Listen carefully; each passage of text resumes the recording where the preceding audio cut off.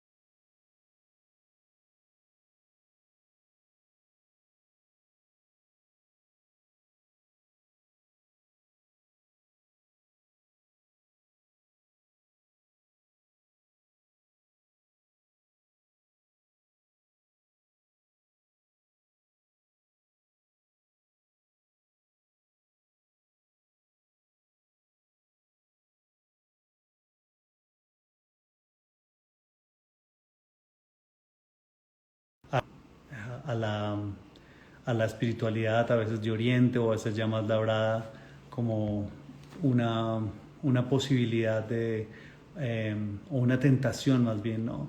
De identificarse con justamente como con ese revestimiento y como con una soberbia a veces, ¿no? Entonces, pues este es uno de los temas con espiritualidad, miedo y narcisismo. Estamos ya esperando que el maestro se está conectando y aquí está. Ok, mi querido maestro, Hola, un Andrés, poquito de problema para conectarnos, pero ya está bien. Si de pronto puede poner un poco vertical su cámara. ¿Así? Exacto, perfecto, ya está muy bien. Lo bueno que nos tardó un poquito es que vamos a poder tener toda la hora justamente con su palabra. Bienvenido, maestro, muchas gracias un por aceptar gusto esta invitación nuevamente. compartir. No, Al revés, pero no, así, pero basta en la cabeza. ¿Así también No, funciona?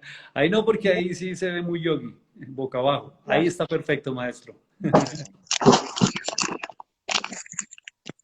Así. pero yo no sé si estoy en la cámara o no. Sí, no, no lo Sí, ves se ve ahí. perfectamente, maestro. Ay, ay, no sé, como no sabía. Se ve Perfecto. perfectamente.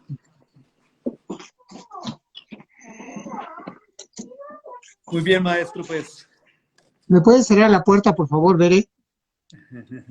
el maestro y yo tenemos obviamente niños pequeños en casa, Sí. Bere, me así cierra la que puerta, por favor. damos tiempo ahí para que pueda estar Ya, ahora sí. en la realidad de Todavía no su ha hogar salido.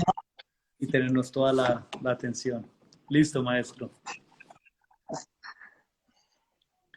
Un gusto tenerlo nuevamente, maestro. Les André, un comentaba, gusto volver a conversar y a compartir, ¿no? así Porque es, en la tradición andina se comparte y se mejora, se, eh, se va prosperando siempre, ¿no? Y creo que una de las cosas fundamentales es que eso que interiormente nos ayuda, podamos compartirlo, podamos hacer que más personas puedan también compartir esto, ¿no? Y todos podamos seguir prosperando y mejorando. así es, maestro. Pues les comentaba ya una pequeña introducción que para lo que teníamos el día de hoy era girar en torno a la espiritualidad, el miedo y el narcisismo. Así que sin más ni más, pues quisiera comenzar por preguntarle qué es la espiritualidad. Claro. Esto es un tema bastante amplio porque todos piensan que la espiritualidad, los espiritualistas, son personas bastante voladas, personas que asocian, por ejemplo, el espíritu a sentimientos de amor, por ejemplo, o a pensamientos de cierto tipo, ¿no? Entonces, en este contexto, la mente, el pensamiento, el sentimiento, comienza a ocupar el lugar del espíritu y finalmente el espíritu termina siendo casi una abstracción o algo muy romántico que uno siente más o menos parecido a cuando uno se enamora, ¿no? Sin embargo, si vamos a las fuentes, ¿no? Las fuentes están mayormente en las escrituras antiguas, ¿no? En las escrituras judías, en el Nuevo Testamento, en las escrituras del hinduismo, etcétera, y todos coinciden que el espíritu no es un pensamiento ni un sentimiento. Porque imagínese, Andrei, si fuera un sentimiento, nuestros sentimientos son como una montaña rusa. Claro. Nos enamoramos, nos desenamoramos. Y si fuera un pensamiento, vamos a 1000 pensando y divagando día y noche. Entonces, ¿qué se perdería en esa marea de pensamientos del espíritu? ¿No? Y el espíritu es algo inmaterial, es algo esencial, pero es algo concreto también, ¿no? Normalmente siempre se asocia el origen del espíritu en la creación, en el origen del hombre, es decir, se percibe como una energía que se integra en el cuerpo en el primer aliento. Y esta energía, que es el espíritu, que es como, primero sería como una especie de océano, que sería el Espíritu Santo, como una forma de Dios. Y después habría como un pequeño canal, que sería el espíritu, y este espíritu, en el primer aliento, cuando el niño nace, en el primer aliento, entra en el cuerpo. O sea, es una energía, en realidad, del espíritu, una energía esencial. Y este espíritu, cuando encarna, se convierte en alma. Es decir, comienza, ya no eres espíritu, sino comienzas a ser espíritu, pero en un cuerpo. O sea, todos los procesos fisiológicos, psicofisiológicos, todo esto ya son alma. Y tenemos un nombre, ¿no? Andrei, Pío, es decir, hemos nacido en un lugar, tenemos voluntad, pensamientos, sentimientos, etcétera, ¿no? Entonces, comienza a haber la estructuración de un yo después de nacer. Pero, a la vez, el espíritu tiene una identidad, tiene como cualidades. Por ejemplo, del espíritu emanan, por ejemplo, paz, amor, tolerancia. Es decir, es como que el espíritu fuera una fuente de una fortaleza de vida tremenda, ¿no? Entonces, el espíritu encarna, se vuelve alma, y ahí se comienza a producir lo que es la personalidad, pero también una parte esencial, una parte energética que traemos al nacer. Digamos que hay un yo originario, yo le llamaría. Y después se va produciendo un yo existencial, o sea, un yo alimentado por las experiencias de vida y por los linajes de la tradición de uno, etcétera, ¿no? Entonces, el espíritu es una fuente concreta, esencial, que nos mantiene vivos y que hace que todos nuestros procesos psicofisiológicos funcionen, ¿no? Y claro, cuando, por ejemplo, una persona se conecta con su espíritu, de esa conexión emana una serie de efectos, digamos así. Uno de los efectos es el amor, otro efecto es la conciencia, ¿no? Por ejemplo, la paz, ¿no? La sabiduría, es una fuente de recursos increíble, ¿no?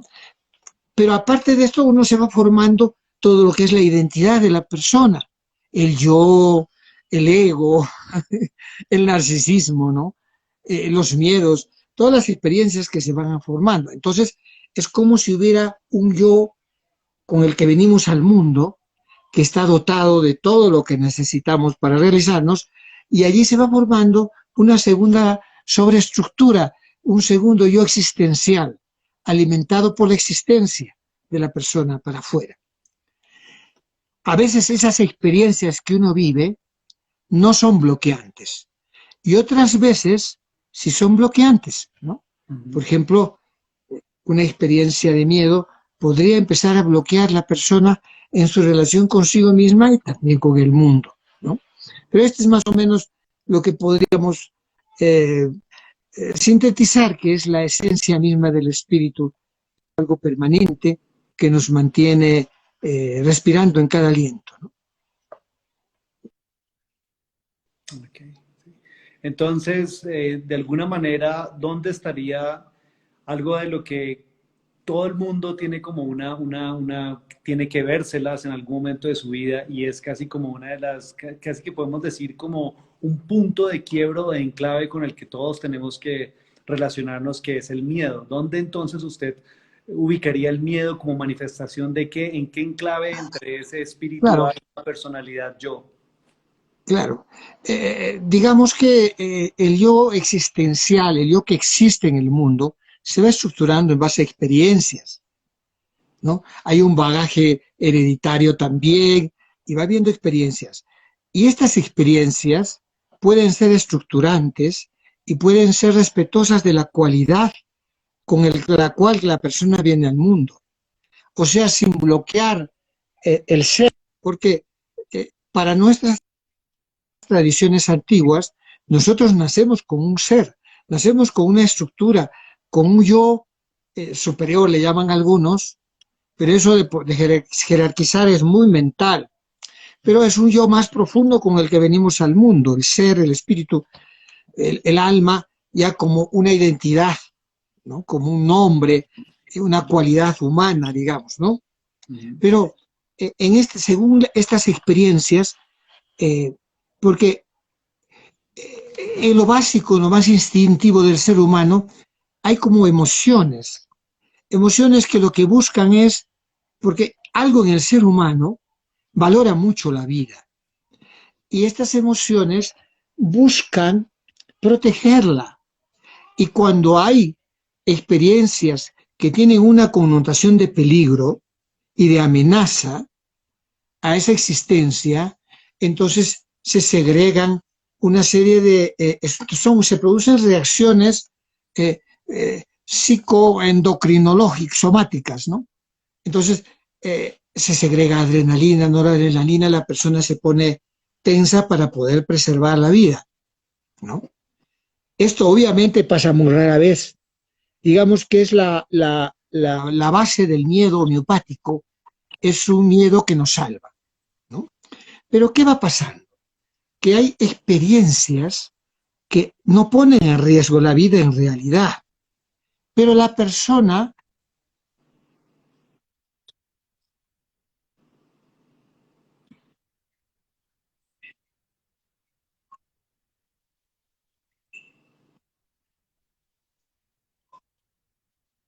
expresarse, porque de repente a uno lo reprimen cuando se expresa o lo corrigen severamente.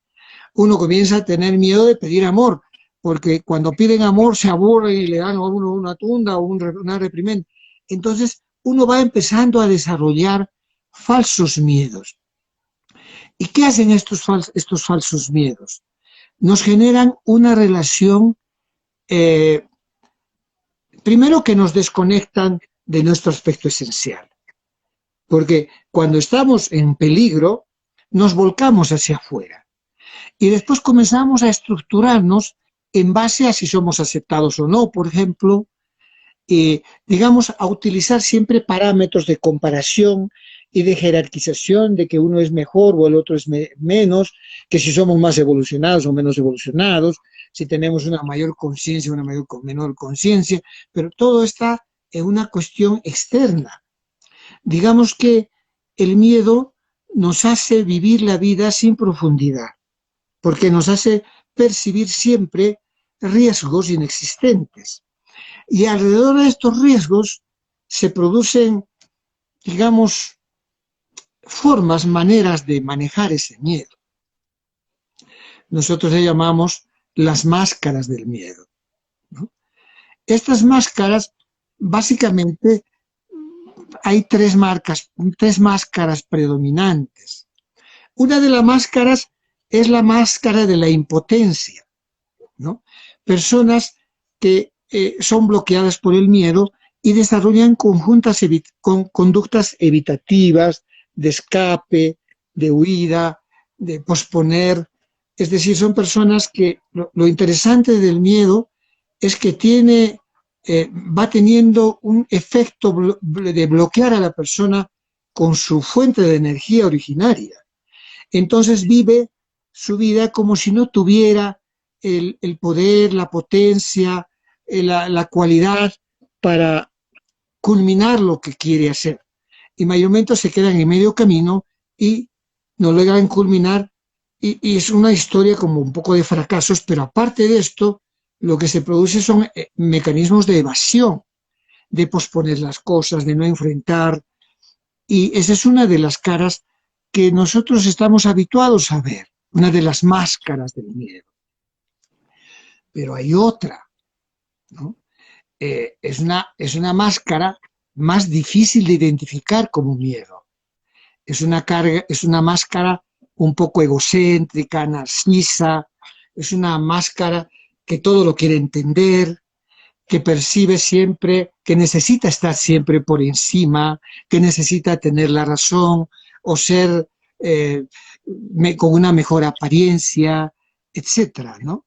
Entonces, como que esta segunda máscara de la omnipotencia, del egocentrismo, del narcisismo, es una máscara que atormenta porque, claro, normalmente es muy difícil compartir con estas personas, porque siempre están queriendo tener la razón o siempre están queriendo que los otros estén un poco por debajo.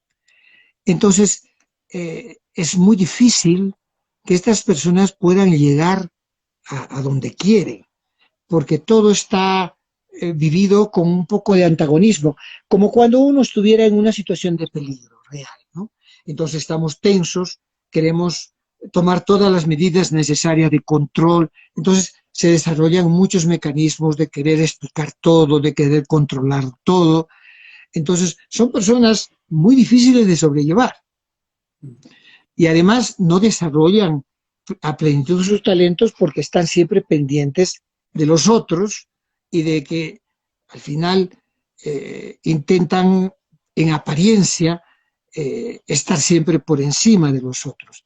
Entonces, esta es la otra cara que realmente lo que hace el miedo es desconectarnos de nuestra esencia, ¿no? Porque la espiritualidad es guiarse, es vivir desde el espíritu, ¿no?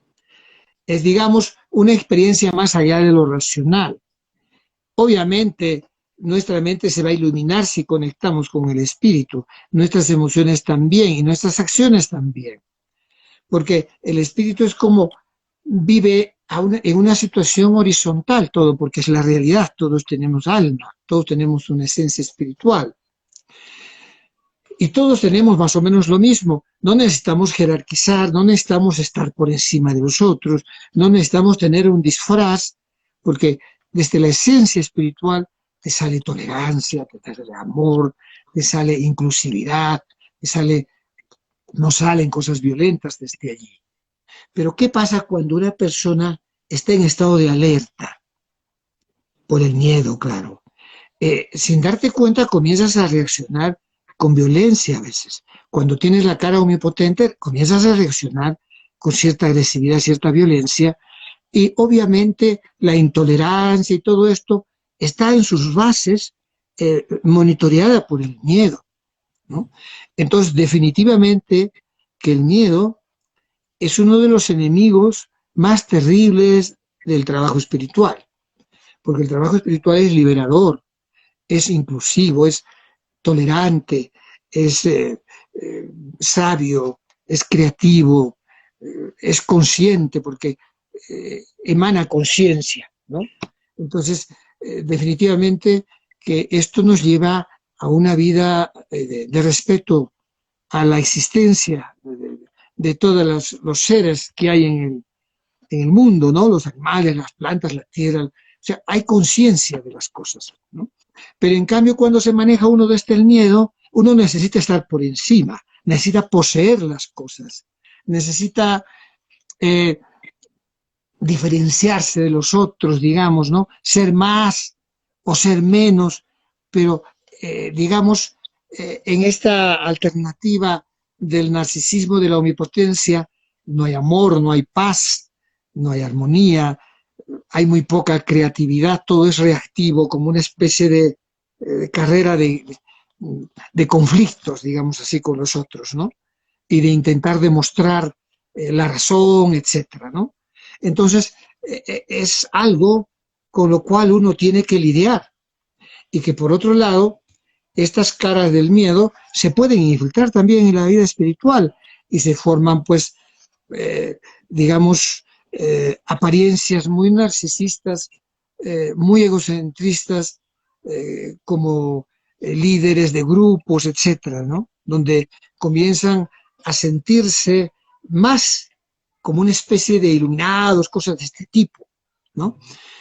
Es cierto que el espíritu ilumina, pero cuando estás iluminado nunca te sientes más que los otros, ¿no? Por ejemplo, el lenguaje de Jesús es absolutamente inclusivo. Él no te hace sentir en ningún momento que está por encima de todos. Siempre caminaba con todo el mundo, es decir, con los mismos caminos que todos, es decir, no tenía un pensamiento excluyente, ¿no? Y todos los hombres místicos que han llegado de distintas tradiciones tienen esa misma cualidad cuando conectan con su espíritu.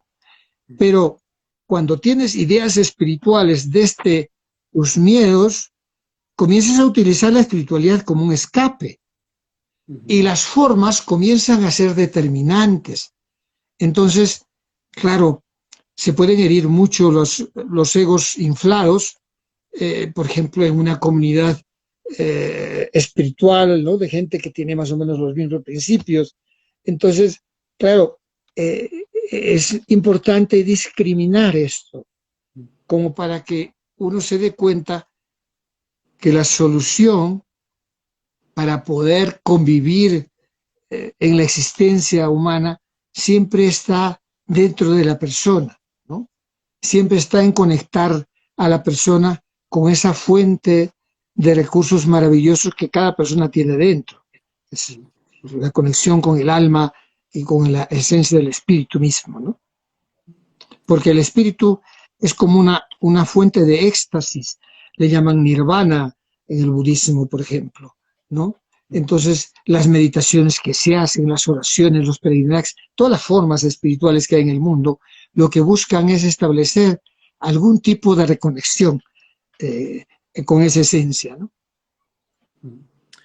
Antes de pasar como a este ya como ámbito positivo, luminoso y dichoso de la espiritualidad sensata y real, quisiera por un momento regresar a estas dos máscaras del miedo y a la primera máscara del miedo. Y entonces, claro, usted ya implícitamente ha expuesto cómo realmente gran parte de las dificultades que tenemos en la interrelación con el otro realmente son cosas irresueltas en nuestro interior y muchas de ellas obviamente, digamos, como usted dice, ¿no? Por el parásito del miedo. Y también dentro de esta primera máscara hay algo de lo que siempre y hoy en día estamos como mucho pensando, ¿no? Que es qué tanto realmente usted ve a nivel del miedo colectivo y qué tanto usted realmente ve como una mano que utiliza, digamos, como una creaciones de ideologías que realmente tienen como elemento constituido dispersar, expandir ese miedo en las personas justamente, pues obviamente con el fin de la manipulación, ¿no? Realmente es que vivimos en un sistema que está basado en generar miedos. Bueno, creo que estamos en un mundo donde se utiliza mucho el miedo como un mecanismo de someter, porque efectivamente cuando estamos en peligro todos escapamos, Cuando hay un peligro real, todos escapamos. Cuando hay algunas personas que nos damos cuenta que esos peligros no son reales, entonces solo escapan los que creen, ¿no? Los que viven este miedo como real, ¿no? Y claro, alrededor de esto se puede hacer un uso importante. Los sistemas totalitarios están basados en esto, en aplastar a los que no creen que sea un miedo real y no se sometan. Y en someter a los que sí tienen el miedo y se someten y que sean como agentes obedientes de su accionar, ¿no? Eso es lo ideal para algunos sistemas. Y por otro lado también el generar la división, la lucha de unos contra otros, el conflicto. Y estamos en un mundo que desde el espíritu estamos todos invitados a la vida, ¿no? No tienen por qué, porque el espíritu está más allá de las ideas. Al espíritu no lo sostienen las ideas, ¿no? Es decir, es una experiencia más bien que hace que uno sea más universal, ¿no? Y a la vez no choque con tu identidad, uno sea uno mismo, pero a la vez tenga una conciencia de que todos los seres humanos no tenemos por qué matarnos ni chocar, sino podemos convivir. Este es un poco de la fuente del espíritu. Pero el miedo siempre nos hace antagónicos, porque, claro, el miedo tiene grados, el miedo, el pánico y la paranoia al final, ¿no? Lo paranoide. Cuando estás en lo paranoide, todo lo ves como real. Los miedos se ven como real, como externos. No se cuestionan en absoluto. Y cuando tienes una amenaza, tienes que defenderte. ¿Qué pasa si la amenaza no existe y tú la sientes? Empiezas a defenderte. Esa es la forma como se han hecho muchas atrocidades en la humanidad, ¿no? Porque el miedo, claro, el miedo siempre te lleva a la exclusión, al hecho de percibir a alguien como aliado y a percibir a otro como un peligro. Entonces siempre hay una polaridad. Pero cuando entras en el mundo espiritual, te das cuenta que no existe esa polaridad, que independientemente de cómo pensemos, podemos vivir en paz, no hay ningún problema, y no tenemos que perseguir a nadie por lo que piense o no piense, ¿no? Es decir, como que el espíritu tiene principios así que son vigentes en todas las religiones.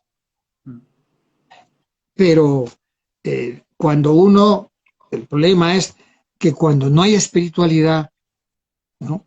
Entonces, ¿qué queda cuando no hay espiritualidad?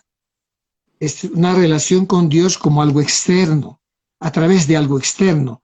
Por ejemplo, la interpretación de alguien, cosas escritas, reglas morales, cosas así externas que uno va incorporando como una sustitución de la experiencia interior, ¿no? Y en este mundo de las ideas hay mucho miedo y hay intolerancia, ¿no? Pero hay como una sustitución de la experiencia, del contacto personal consciente por esas reglas, ¿no? Es decir, no tiene que haber un conflicto entre la espiritualidad y la religión, porque la religión es un efecto de la espiritualidad. Lo que pasa es que al desconectarse de sus fuentes, a veces se quedan en reglas vacías.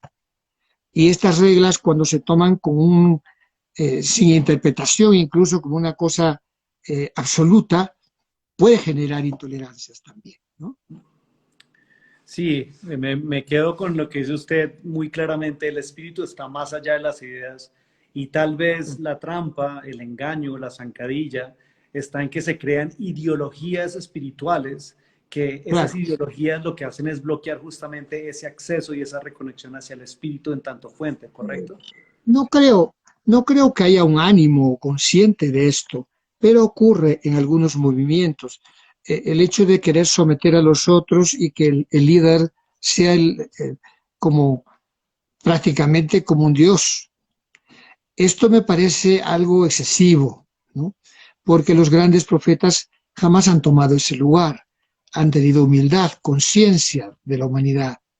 O sea, como que la conexión con el espíritu te lleva a una situación de humildad, porque la humildad es nada más que el sentido común de que todos tenemos lo mismo dentro, que el mismo espíritu que te hace respirar a ti, a mí y a un asesino en serie ocurre, ¿no?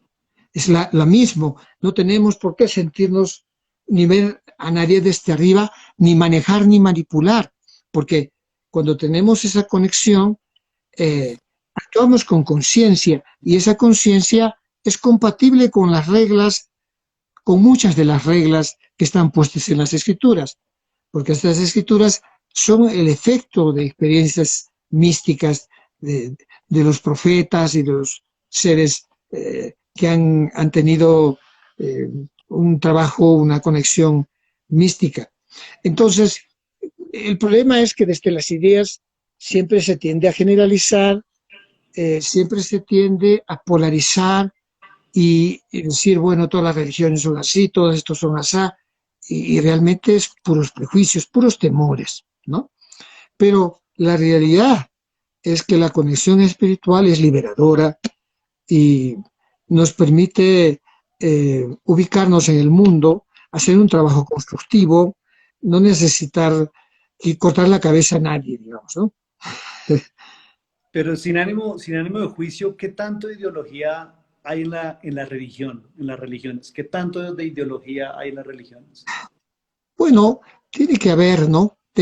Realmente depende pues de la antigüedad, porque claro, las religiones, como nosotros, tienen sus ciclos, ¿no? Entonces, el origen de las religiones siempre es iluminativo, y después van desarrollando y van ampliando y van creciendo y llegan a la cúspide, donde hay mística, hay cantidad de personas, hay conciencia, es una maravilla. Pero después comienza, como toda institución, a tener caída, como un declive gradual, y cuando llega al final, pues es un caos, ¿no? Y corrupción de todo tipo, ¿no? Entonces, no se puede generalizar, ¿no?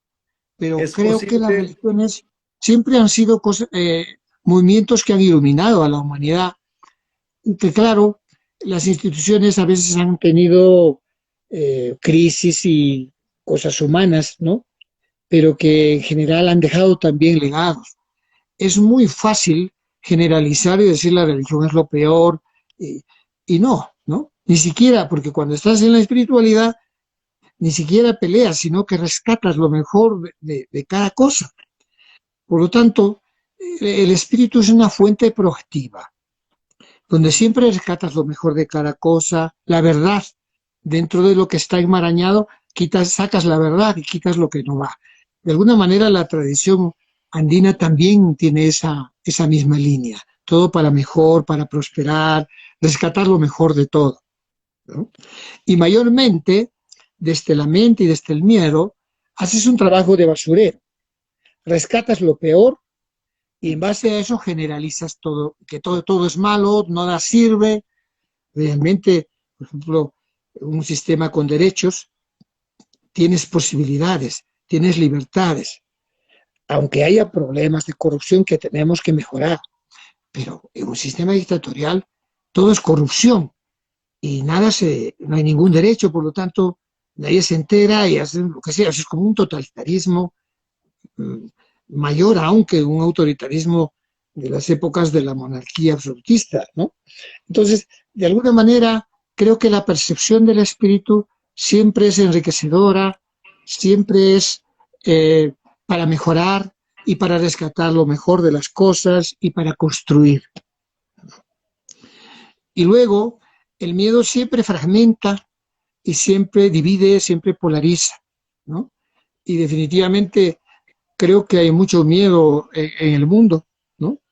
Mucho miedo falso, pero también hay miedos que son reales y que no nos quieren hacer percibir como si lo fueran, ¿no? O sea, una cosa extraña, o sea que usted se ve porque los miedos posible. reales son los que comprometen tu existencia, tu vida, Okay. y los falsos son los inventados, ya sea por traumas o por lo que sea, ¿no? Y el miedo es muy antiguo. Por ejemplo, en la tradición andina está el manchari, le llamamos, es el síndrome del susto, del miedo. Y es interesante porque estamos hablando del miedo y el miedo tiene una base energética. Digamos, en términos de energía, bloquea el sistema energético y parasita a la persona.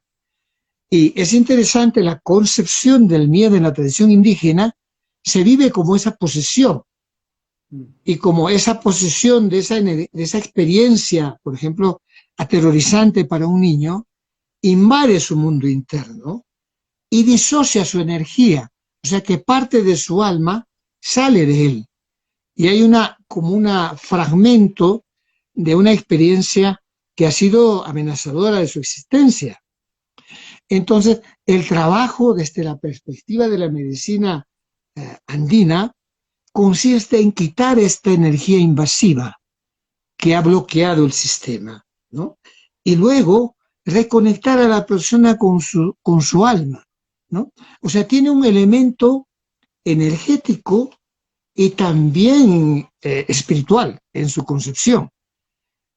Desde la perspectiva de la psicología, bueno, es hablar del miedo, a veces a uno le hacen abrazar sus miedos, le hacen pensar mil cosas sobre ellos, es decir, siempre está alrededor de lo que está sintiendo la persona y no de lo que está bloqueándose detrás. Y esto hace que a veces muchos de estos problemas de pánico, por ejemplo, tengan un tratamiento bastante limitado y árido, ¿no? Y en las medicinas antiguas el enfoque energético es más preciso, es más barato y posiblemente es hasta más eficaz, diría yo. Por eso ha sobrevivido. Ofrézcanos dos perspectivas, dos enfoques de cómo la tradición libera al ser de esos miedos y una vez se reconcilia con su espíritu, ¿cuáles son los frutos? ¿Cuáles son los frutos, los Bueno, beneficios de esa lo que reconexión? ocurre es que la persona reconecta con su referente anterior a los daños que lo han aterrorizado en este caso, ¿no? Entonces, de lo que se produce de ese reencuentro es que la persona comienza a recuperar su derecho de escoger, ¿no? Porque el alma puede escoger, tenemos el libre albedrío, podemos escoger hacer una guerra, pero podemos escoger también construir una vida o construir un mundo mejor, ¿no? Aunque suene utópico, pero en la medida en que los ciudadanos nos comprometamos responsablemente con mejorar, ¿no?, nuestra vida, la de nuestra familia, la de nuestra comunidad, ¿no?, la de la naturaleza, la de nuestro país, la del mundo, no sé. O sea, es una conciencia que va ampliándose y va mejorándose, ¿no? Entonces, lo que sale del espíritu siempre es, porque el espíritu es una fuente de inspiración creativa, es algo muy concreto. Y claro, en algunas tradiciones asocian la espiritualidad con la vida monástica, pero en la tradición andina no hay monasterios. Digamos, es una espiritualidad concreta, aunque estuvieras en uno, en la antigüedad, que habían lugares, pero tenían permanente contacto con el trabajo, con la acción en el mundo, porque una de las formas de verificar la vida espiritual de una persona es por los actos que esto produce. La conexión espiritual, la conexión con tu alma, con tu espíritu, te da inspiración, te da sabiduría, y esta fuerza que te hace actuar de una forma coherente para mejorar en algo las cosas, ¿no?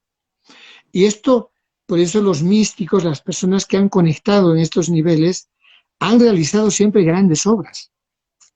En cambio, en el narcisismo o en el egocentrismo, uno no sale de su ombligo, es yo, yo, yo y yo. Pero en la conexión espiritual, te hace actuar para mejorar en alguna forma el mundo, ¿no? En el narcisismo y en el egocentrismo no hay amor, solo hay una especie de placer de sentirte más que los otros, ¿no?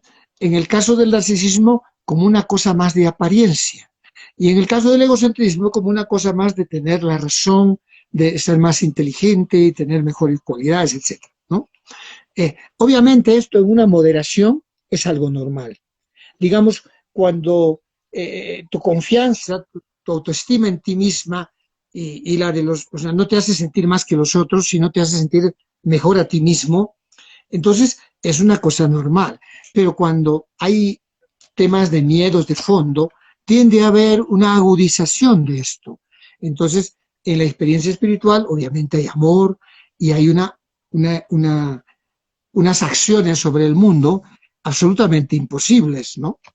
Es decir, por ejemplo, Santa Teresa fundó cientos de conventos, siendo mujer. En esa época la mujer no le daban ningún valor. Era una mujer que no tenía recursos.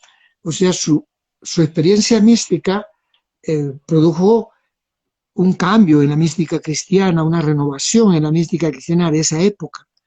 Y además, en esa época, el crear tantos conventos de personas que estuvieran en el trabajo espiritual era algo importantísimo. Sería algo así como si ahora se generara empresas con un poder económico y que satisfacieran familias. Era la concepción de hay que ver las cosas de acuerdo a la época en que han sido. Entonces, todas las personas que han tenido, que tienen experiencias espirituales reales, no se aíslan, no se alejan, no se escapan, no necesitan disfrazarse, no tienen que, o sea, porque uno tiene que ser uno mismo, no tienes que copiar a los otros, porque el narcisismo en estas formas que van sustituyendo a este fondo y a esta conexión es una verdadera trampa, es un verdadero enemigo, ¿no? Entonces, digamos que aprender a discriminar estas cosas para no caer engañado en todo esto, ¿no? Sí, entonces en últimas, ¿cómo reconocer al ególatra espiritual? En últimas es así como decía Jesús, por sus frutos los conocerás. Exactamente, porque la experiencia mística te lleva al acto heroico, actos increíbles, ¿no? Reales, concretos, ¿no? No eran movimientos que te aislaban y se quedaban en algún lugar elevados, no, estaban siempre en contacto con la gente, siempre estaban tratando de ayudar a mejorar las perspectivas de las cosas, ¿no? En esa época a una mujer adúltera se la apedreaba y él decía, ¿pero por qué? Si tú estás libre, tú no has cometido errores, si no has cometido errores, apedréala. O sea, es como nos llevaba a una conciencia de las cosas, ¿no? Y en todas las tradiciones, ¿eh?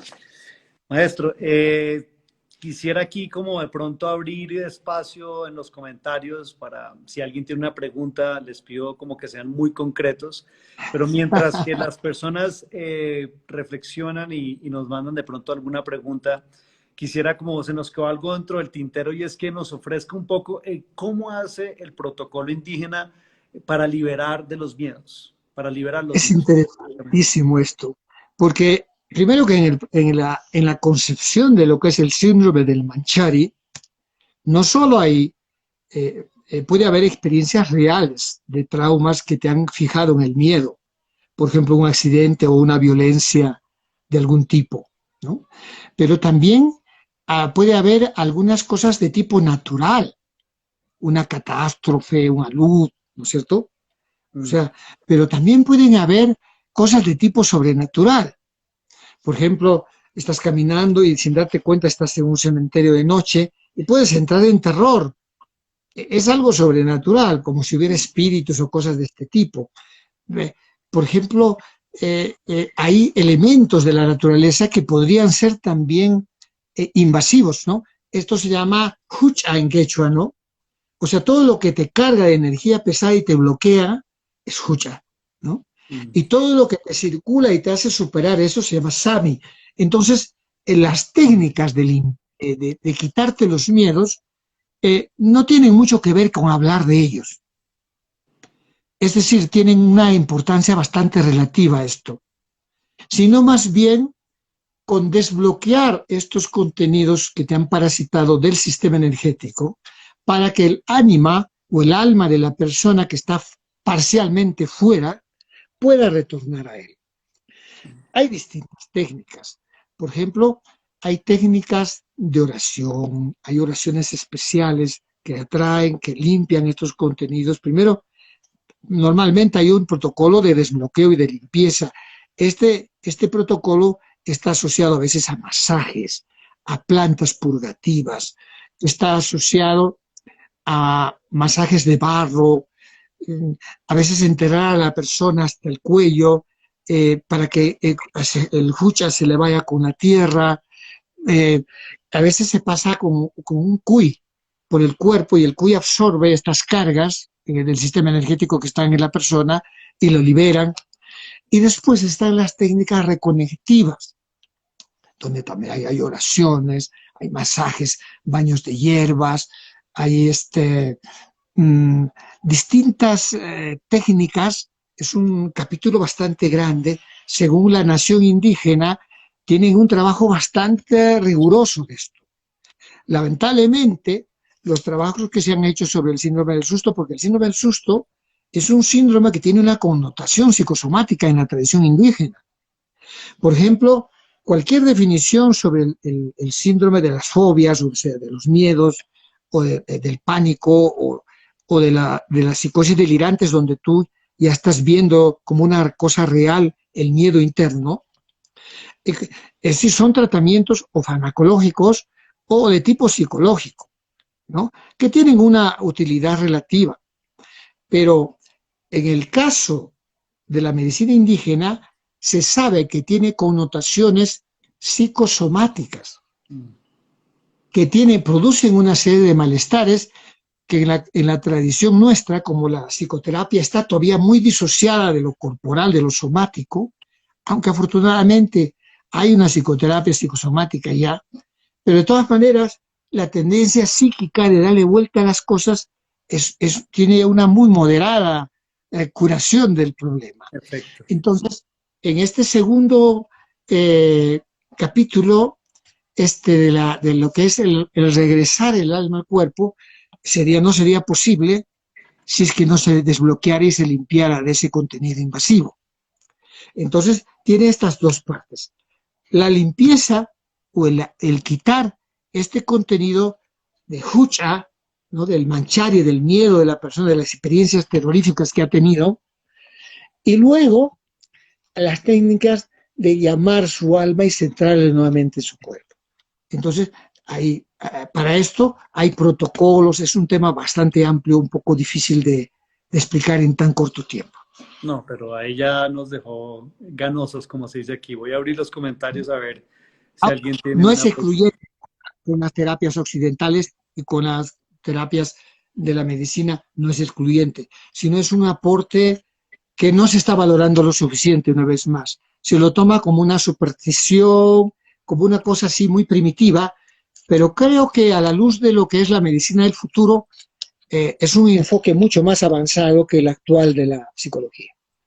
Parte del futuro entonces está en lo ancestral, en volver atrás. Digamos que yo creo que la posibilidad de recuperar las raíces, el sentido común, porque nuestra psicología es pues infantil todavía, tiene muy poco tiempo, a pesar de que ha desarrollado bastante, tiene muy poco tiempo. Pero estas medicinas tienen miles de años, sus técnicas y sus protocolos son mucho más experimentadas y más seguras. El problema de estas medicinas es que al pertenecer al mundo indígena están segregadas y no están estudiadas ni realmente en su envergadura, ¿no? Aquí hay una buena, maestro. Bueno, ahí va 3 buenas, pero vamos con esta última como en la dinámica. ¿Cómo darse cuenta que el avance en el camino espiritual es a su vez una trampa del ego? Bueno, al corazón no se le engaña, ¿no? Es decir, puede haber trampas de satisfacción egolátrica, digamos así, ¿no? Donde lo que estás buscando es que los demás te admiren, te reconozcan y todo esto, ¿no? Pero ahí no hay amor, tampoco hay paz, estás pendiente de todo lo que te rodea, ¿no? Ujú. Eso es una trampa, ¿no? Eh, Porque básicamente hay 5 tipos de energías parasitarias que disocian el proceso del encuentro con uno mismo. El miedo es uno, la agresividad, la pena, la yak que le llamamos en quechua, la pena, ¿no? Ujú. El dolor, el nana se llama, ¿no? Y el miedo, el manchari, son 5. Entonces, este tipo de contenidos te dan una perspectiva de ti mismo y de la realidad distorsionada.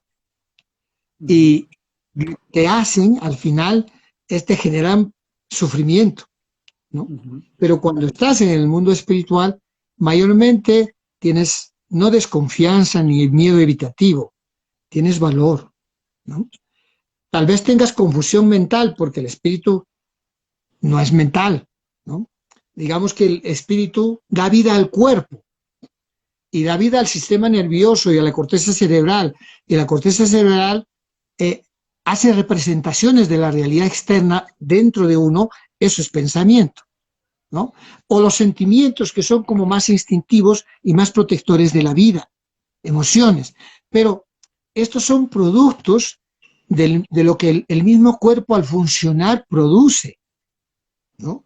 El espíritu es una energía, una fuente de energía que nos hace respirar. En el primer aliento encarna y en el último aliento desencarna.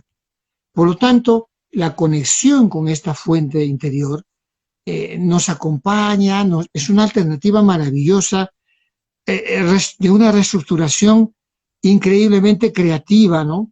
De una paz, de una armonía, de una tolerancia. O sea, tiene cualidades inmejorables, ¿no?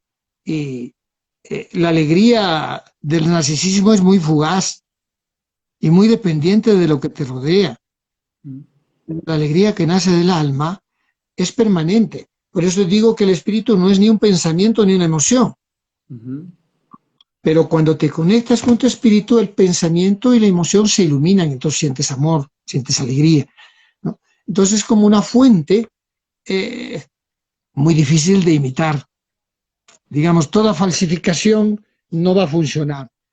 Toda imitación, porque claro, como esas imitaciones de cosas mal hechas, que ya sabemos de dónde vienen, no son iguales que las originales, ¿no? Ujú.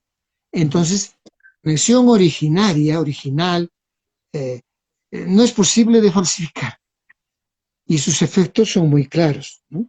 Ujú. Como decía, que tus emociones estén así o tus pensamientos no estén muy claros, esa conexión interna, eh, independientemente de tus pensamientos y tus sentimientos, te van dando una calidad, una armonía, una flexibilidad, una tolerancia, una paz única, ¿no? Bien, aquí, bueno, voy a intentar como capturar preguntas que de pronto, algunas preguntas creo que ya implícitamente las ha contestado el maestro. Voy a irme como tratando como de anudar cosas nuevas que salen. Decirles que pueden contactar a sachakente@gmail.com. Ahí les puse el email para acceder a las consultas del maestro, a los protocolos del maestro. Por supuesto que en la medida en que se vuelvan a abrir las fronteras, el maestro volverá a ofrecer los protocolos. Esperamos en Colombia, esperamos que se pueda en septiembre y en diciembre como lo tenía ya. Sí, claro. Y obviamente ahí también en Sancha Quente, en el Instagram pueden tener acceso también al lugar donde pueden ustedes enviar. Ahí mismo en sanchaquente@gmail pueden también enviar para que estén en la base de datos y les esté mandando la información en la medida en que el maestro reactive la posibilidad de hacer protocolos medicinales. Aquí hay dos preguntas como que se juntan un poco. Una pregunta, alguien pregunta, ¿el feto en el vientre no tiene espíritu todavía? Y justamente también alguien dice, mi trabajo es traer recién nacidos al mundo, obstetra. ¿Cómo puedo ayudar en la llegada de ese espíritu al nuevo ser? En Para términos, en términos objetivos, el bebé cuando está en la vida intrauterina es mantenido por el espíritu de la madre, que hace Ujú. respirar a la mamá y a través del cordón umbilical hace mantiene vivo al bebé, ¿no? Entonces, no quiere decir que el bebé dentro del vientre no tenga su espíritu, sino que está pues en la sala de espera, ¿no? Está ya Mm, ahí, mm, pero no lo está manteniendo vivo todavía porque en el primer aliento se produce el milagro de la encarnación. O sea, en ese instante, en el primer aliento, como dice la Sagrada Escritura, que Dios sopló el barro, el cuerpo ujú, modelado de barro. Cuando tú soplas algo, el soplado inhala. Digamos, ujú, que estuvieras ahogado y alguien te sopla y el aire entra dentro de ti.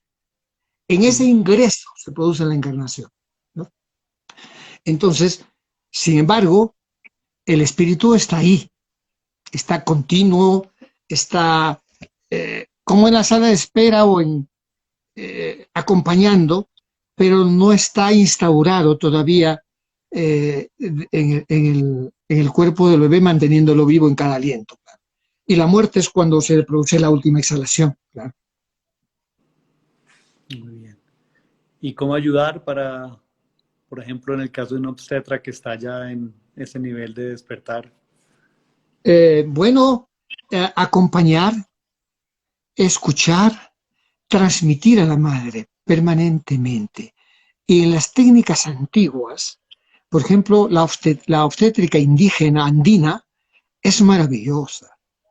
Hay un acompañamiento, hay una sintonización de la mujer con toda su psicofisiología, Mm, de tal forma que va tomando fuerza durante todo el proceso para el final. Y hay también el fajado, es increíble. Primero el parto, que es muy respetuoso, se respeta la penumbra, los días que necesita la mujer estando sola con la madre o con alguna persona, pocas muy cercanas. Entonces, mayormente son partos en casa. Si quieren, puedo recomendarle a una persona que está imbuida de toda esta tradición, a este señor. mm. No me lo Bueno, recuerdo el contacto, pero yo puedo, él me puede pedir y yo le puedo enviar este contacto porque es una persona que también transmite y enseña esta tradición andina de obstétrica hoy en día. Entonces es un acompañamiento, no es un sometimiento de la mujer, es un acompañamiento. La mujer es la autoridad y el acompañante acompaña eso. mm, El terapeuta, el médico en la tradición indígena no es una autoridad, la autoridad es el enfermo. El exacto. médico es un acompañante para recuperar su salud.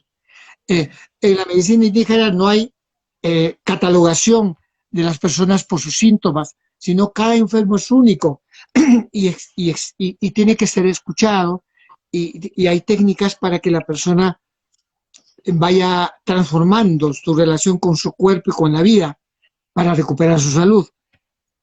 Y luego el tratamiento sintomático va a funcionar mejor. O sea, es una medicina muchísimo más avanzada en cuanto a modelo que la medicina convencional. No sin quitar méritos a la medicina convencional, porque antiguamente te morías por una diarrea o por una Maestro, para bacteria. que pueda Y encapsular, ahora, nos con queda toda la un minuto tecnología, te antes de que salva. nos quedemos sin señal, nos queda un minuto para que en este minuto pueda usted saber que le queda un minuto ahora para encapsular toda esta charla. Adelante. Bueno, una charla importante, interesante, un esclarecimiento que pueda nutrirnos a todos, ¿no? Porque uno de los problemas hoy en día es que no hay muchos especialistas en espiritualidad, ¿no? Las religiones están estructuradas, pero no tienen a veces formación en sus propios miembros para poder hacer un acompañamiento espiritual respetuoso, si no están las escrituras y las reglas. Y esto los jóvenes de hoy en día no les apetece, necesitan tener una experiencia espiritual, un trabajo místico de fondo. Por eso se van con las drogas. Entonces Ujú. necesitamos rescatar las técnicas antiguas. Muy bien, muchísimas gracias, maestro. No siempre nos quedamos cortos, haremos otras, se los prometo, y me Bueno, aseguraré de ponerle